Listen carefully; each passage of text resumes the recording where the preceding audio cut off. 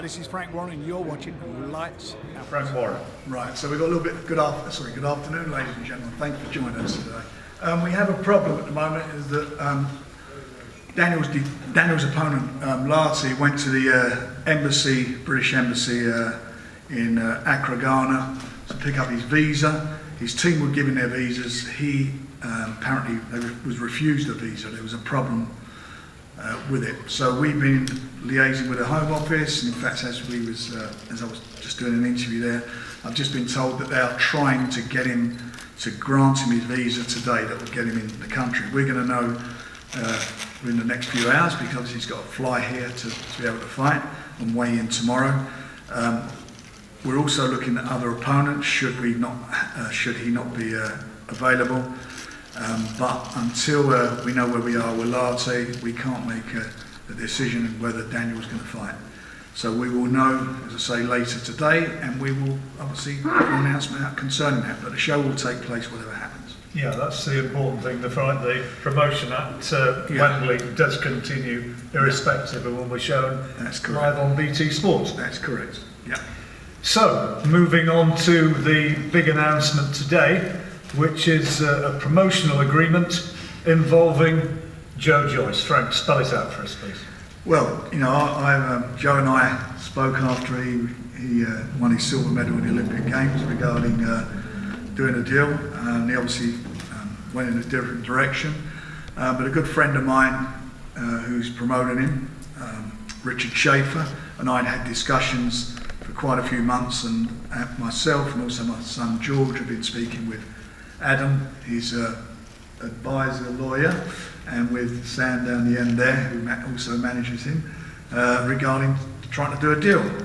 So after, I think we've done it fairly quickly at the end, didn't we? We also had a like-minded to do the deal, so we did it, and obviously at the end of the day Joe had to make his decision, and he decided that he wanted to jump on board with us, and that's what he's done. So Queensbury will be promoting his fights in association with Richard in the future, along with, and all these fights will be broadcast on BT. So I feel at the moment, you know, us, BT, had the best crop of the next level of heavyweights to come through. When you think of Joe, you look at Daniel, you look at Nathan Gorman, you know, it's a pretty good lineup of heavyweights, and I'm hoping over the next, to the end of this year, that these guys are going to fight each other. So when are we looking at seeing Joe on a Queensbury promotion bill? His first fight will be on the undercard of Billy Joe Saunders' fight on the 18th of May at Stevenage. That fight at the moment is for the interim title, but I understand, and I was told by Bob Arum a couple of days ago, that Ramirez will be vacating that title because he can't make the weight anymore, which will make that Bill's fight for the full title. So fingers crossed that happens. But Joe will be on there. It's a cracking little show as it is, and we're really delighted to be on there making his debut on BT and for Queensbury. Well, before we hear from Joe himself, let's just hear from Sam and Adam about why this is an important development, and the fact that you've agreed a year-long deal with Frank. Start with you, Sam. How important is this at this stage? Undefeated, Joe, winning everything by knockout. How important is this relationship? I think it's massively important for Joe at this stage in his career now. He's been kind of floating about on different platforms. He's boxed in America quite recently, but I think it's really important not to neglect the UK market. And with Frank guiding him, the sky's the limit. With BT Sport, big fights are what we want, and that's what we're going to get.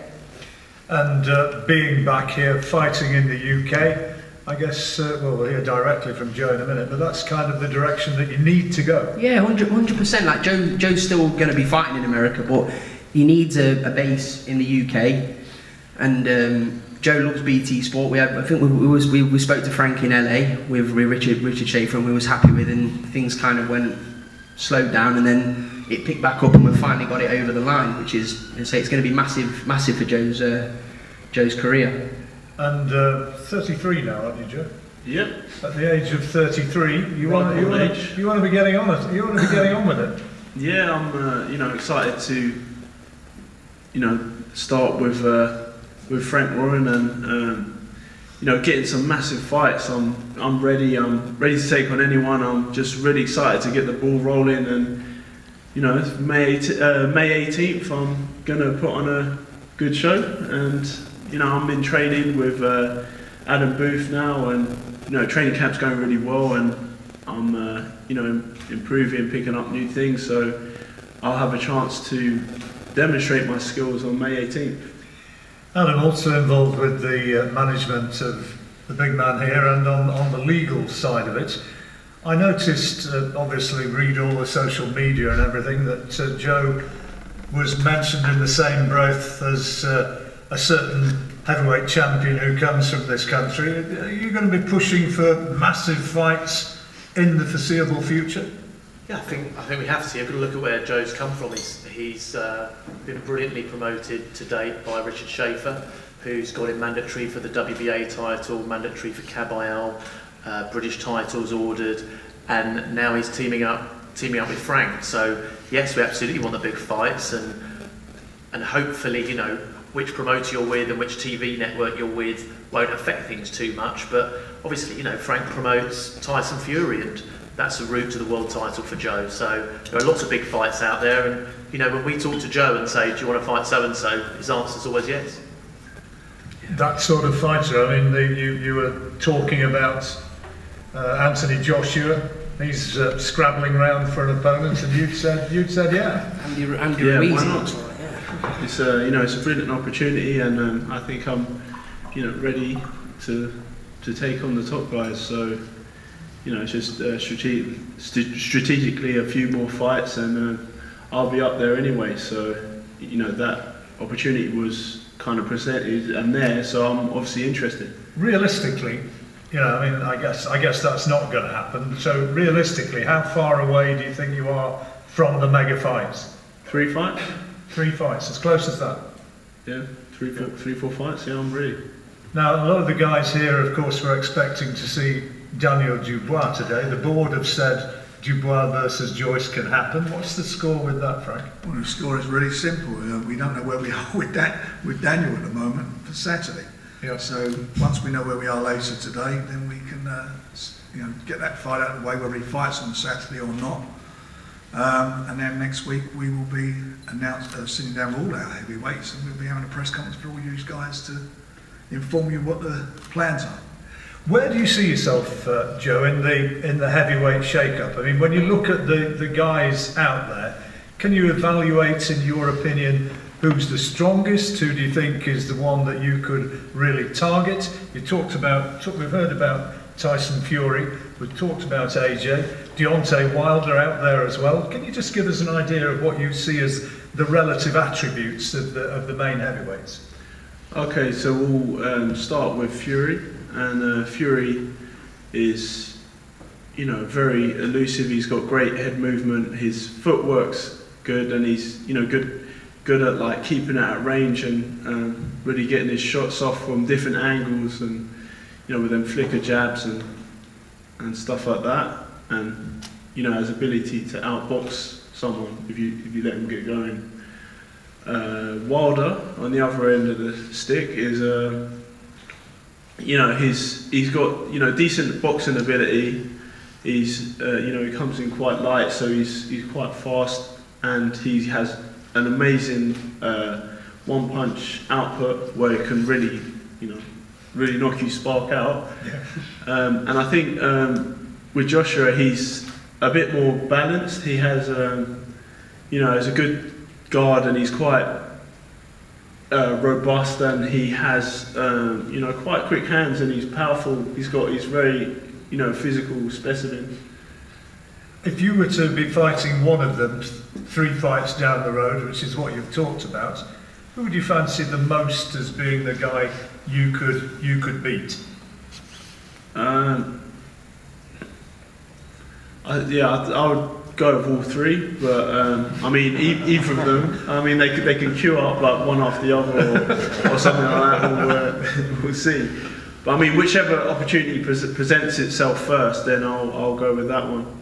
Now, before then, you say 3 fights. What would you want to add to your armoury in those 3 fights? Because, I mean, you must be aware of what people say, and one of the criticisms has been that you can be too easy to hit.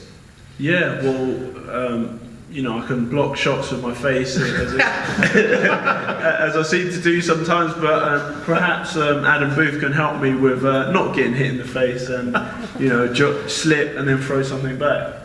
If you can go all the way, you know, having had a terrific amateur career, you've been Commonwealth champion, European champion, Olympic silver medalist, and bronze medal in the World Championship as well, I think, off the top of my head. You know, after that great amateur career, if you could go all the way as a professional, what would it mean to you? Well, that's what I'm in the sport for.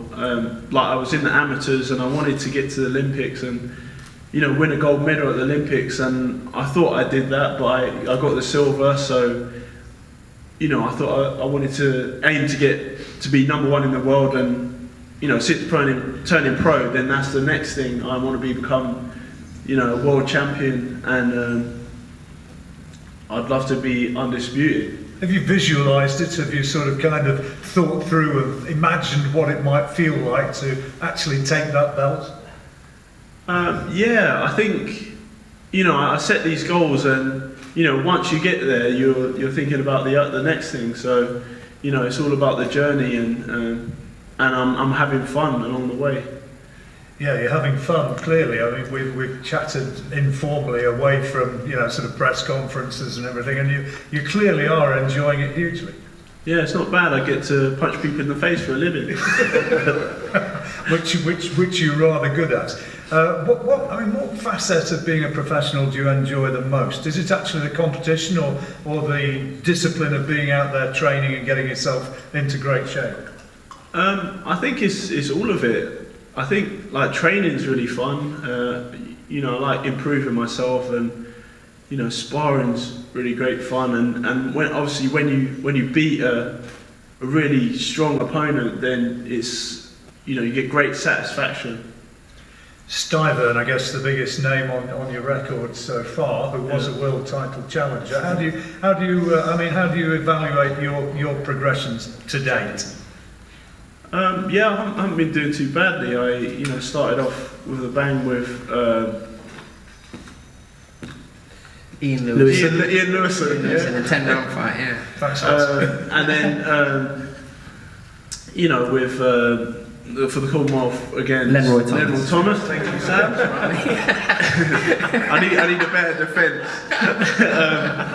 And then yeah, so that's the Commonwealth title, and then winning the Continental against Joe Hanks, and then getting the WBA gold title, which is a new belt for the WBA, against Bemern Stavern, you know, which is a great big fight. Yeah, great name. Yeah, when Sam told me I'd be fighting him and he's agreed to fight me, I was over the moon. So yeah, I'm just, you know, I'm 8 fights in, 8 knockouts, and Ready to go. you know, I'm ready for my 9th fight. I remember after that Stivern fight, there wasn't Luis Ortiz calling you out, and there was talk of that at some point. Lewis Ortiz. Yeah, that's definitely an option. Yeah, 100%. So you wouldn't mind the possibility of going down that route? Yeah, he seems interested in the fight. If you can't beat a 50-year-old man at Joe's stage in his career, he's not Deontay Wilder nearly didn't. His styles make fights. Lewis Ortiz didn't win that fight because he was too old. Yeah, he ran out of gas and couldn't keep on going around to the right, and you know, stopped his leg movement, and then that's when that big right hand came down the middle. So, tell us about what it's going to be like getting in front of British fans again and fighting at Stevenage.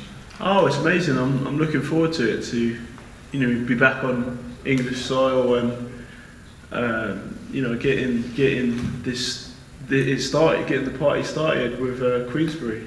Absolutely, Frank, exciting times. It is very exciting times in the heavyweight division. I'm old enough, and a couple of the journos here, yourselves, are old enough to look back at the British heavyweight division, like, and sort of, you know, shake your head and think, you know, was that old famous quote, was it Dorothy Parker made? If you delayed all British heavyweights end to end, you wouldn't be surprised. Now they're the best, aren't they? Absolutely. I mean, we got the best. We're just generating this for some reason, like buses, they're coming along, and it's phenomenal. It's phenomenal. This is as good as it gets as far as the heavyweight division is concerned. And and the three guys we keep talking about, I'm convinced one of them, or if not two of them, will definitely wind up winning versions of the world title. Yeah, I mean, if they all fight each other, Nathan, Daniel, Joe, even if someone loses, it's not the end of the world. I put together, a few years ago, not heavyweights, but put together, if you remember, James DeGale and George Groves, very early in their careers. Yeah. Both went on to win world titles. If you get beat, it's not the end of the world. It's how you come back. And you only got to look at Derek Chisora. I mean, he lost, 5 out of 6 for me, and he progressed from each loss. I mean, if he'd have won it, it could have been. He was better off losing than winning. He got the British title, lost, went on to fight the European title, lost, then went and fought for the world title, lost, and then he fought David Haye. And lost Dylan White as well. Dylan White as well. He suffered a loss against Joshua. So he's gone on to be a pay-per-view star. A loss in any fighter, it's not the end of the world. It's that sometimes from getting a loss, you can pick up more experience. But the heavyweight divisions in this country are very sexy at the top echelons. And I look at it at the moment. You've got obviously Wilder's an American. He's based in America. Anthony Joshua's next fight in the States. I don't know whether he's going to fight again this year. Maybe his next fight will be in the States. Who knows? Tyson, I know his next 2 fights are definitely in the States. So this is a good time for prime time for the fans to see the next generation of heavyweights. How confident are you, Frank, that from this next generation that you're talking about, that one of them, if not more, are actually going to go all the way? I'm very confident. I think they've got the tools, they've got the experience. In Joe's case, he's got a wealth of amateur experience. When you look at what he's done, I mean, you just read out his record. At the start of the press conference, it does get better than that if you win a gold medal, but other than that, it's a great resume, isn't it? It's a fantastic gold medal. And he's done everything everything he's had to do as a pro, he's done up to now. Daniel Dubois, our boy all again, I think he's a tremendous talent. He's from experience point of view, he had 7 senior fights, but he's gone from strength to strength. And Nathan Gorman's done the same thing. They're talented heavyweights, so it's a sexy division. There are fights to be made there, and as I say, it's not the end of the world for the loser. You only got to look at, as I mentioned, Derek Chisora, but more so look at what happened with, as I say, with DeGale and with George Groves. They went on to win world titles. Getting beat is not the end of the world. And you've sparred both the lads that Frank's talking about back in your amateur days, being in amateur training preparation with the pair of them, so you know them well. Oh yes, in Team GB, had a wealth of heavyweights up there for sparring, so yeah, we did quite a few rounds. Confident as a result of that? Oh yeah, it's great practice and experience for when you fight some of these other countries. It's important to have good sparring, and we had great sparring up there. They've all got something in common, the three of them. They have tremendous belief in their own ability. When I speak to them individually, and more so, not so much with Joe, but he oozes with confidence. When I speak to Daniel and Nathan, they genuinely believe in themselves. They believe they've got the beating of everybody. These are not guys just saying, I want to get a few quid, put me in this one, get a payday. They believe they can go on and win these titles. And that's what I get excited about, because of their confidence inspires confidence in us to push them forward and make the matches.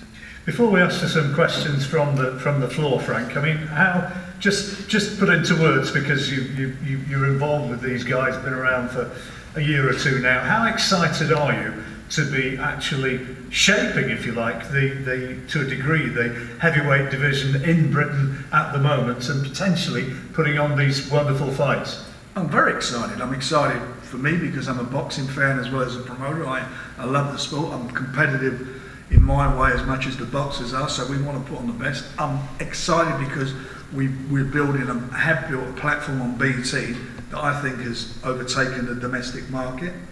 With the shows that we're putting on, I think we're leading. We're the leading British promoter in this country. There's no doubt about it. And I'm so excited at the combination of fights that can be made, and the fact that I know at the end of the day that, as I say, one or two of these guys, certainly one of them, will win a world title. Right, well, Joe, I'm sure will be happy to do as many photographs as you wish and as many one-on-ones since he's here. But in the meantime, are there any questions you'd like to ask from the floor of the fellows here now? Any opponent, Stephen? For Stevenage? Yeah. No, not yet. They are working it. We only did this in the last couple of days. What So. sort of level would you be looking At the level he's been fighting now, I mean, you know, you look at his record, he's not fought slouches, has he? I mean, he's gone in, he's fought rated guys, and I've got to be honest, that's something they pressure me on. Part of doing this deal was, no, we want him, so that ain't going to be hard to make, you know, to put him into a position like that. It's not marking time, and I mean it with the greatest respect. You know, he's got a wealth of experience as an amateur. He's 33 years of age. You don't be sitting around, do you? He's not sitting on his arse. He wants to get out there and do the business. So we're going to make it happen. Joe, why did you leave a world-renowned trainer like Sanchez? I thought that, you know, Abel was a great coach, and I enjoyed getting experience in America. But I felt like I was kind of, you know, I was kind of a bit split, and I didn't have a base, so I was like based up there for the training camps, and then, you know, had to get a car and stuff like that, and then I'd, you know, come back and then don't really have anywhere to live, and then to get a place, get a car, and I don't know, and I thought, and I thought, you know, Adam Booth was like my first choice. Like after, you know, splitting with Salas, Booth was, you know, on the radar then. He was like first choice. So Sam tried to get in contact with him, but he didn't have enough time at the time. When he went with David Hay, and it was a 17 champion Salas train. Yeah. When Salas left, I think he went into kind of a semi-retirement to Qatar to train. I don't know, Farhad, the Sheikh in Qatar. We needed to make a decision fast, and Booth wasn't available. So Abel Sanchez, a Hall of Famer coach, so we went out there, and you're going to get great experience training with Golovkin. But Booth was Joe's first choice, and Adam knows that himself. Adam Booth knows that himself, which is the reason why he took Joe with open arms when he had time for him. So that was the reason why. Sam, I saw on social media when Jerome Miller was pulled out that you offered, you were interested in that fight with Joe. Did that ever get sort of formal negotiation or talk? Well, apparently Joe wasn't credible, but yeah, we were said Joe wasn't a credible opponent, but it looks like Andy Ruiz or Trevor Bryan is. But look, Joe never asked about money for that fight. He just said, if that fight's there, he's available. He told me that. I didn't say, Joe, do you want to fight Anthony Joshua? He goes, I'll fight him.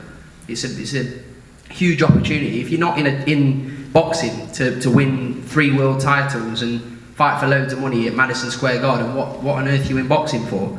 All these heavyweights are turning down the fight, and all Joe said was, he never said he deserved it, he just said, I'm available to fight, I'm ready to go. That's all he said. Joe, given you're now based back in London, and you've got a new promoter as well, in a positive way, does it feel like you're starting your career again? Yeah, I guess it's a new chapter, it's a new start, fresh start, and I'm ready to get it going. I think from a timing perspective as well, as Frank was just outlining, there is a real opportunity now with Anthony Joshua fighting in the US, Tyson Fury fighting in the US, for Joe to become, the possibility of becoming kind of leading heavyweight that regularly boxes in the UK. Yeah. And that's a timing thing, and it's fallen nicely. Any more? Any more for any more? A lot's made of Joe's, that he's slow, that he's 33, he's this, he's that, but when he wins a world title in slow motion, what's everyone going to say? Don't worry about it. I keep saying I'm old and slow. Right, so have you got any closing words, Frank? Yes, as I say, we'll come back to you later today. Hopefully we'll be in a position with Daniel is fighting, but we'll obviously let you know today. And there will be a big press conference next week to announce our future shows, and we'll be talking more about our show on the 13th of July at the O2, which is going to be a heavy-duty night. All these guys on. Great to see Joe here, and great to see him part of our future promotions coming up, and it'll be great to see him as well on BT Sport. So I guess it's a little bit of a welcome, and looking forward to seeing it. So it's good night for him. That's good night Good from night us. for me. Thank you very much for Cheers. coming. Cheers.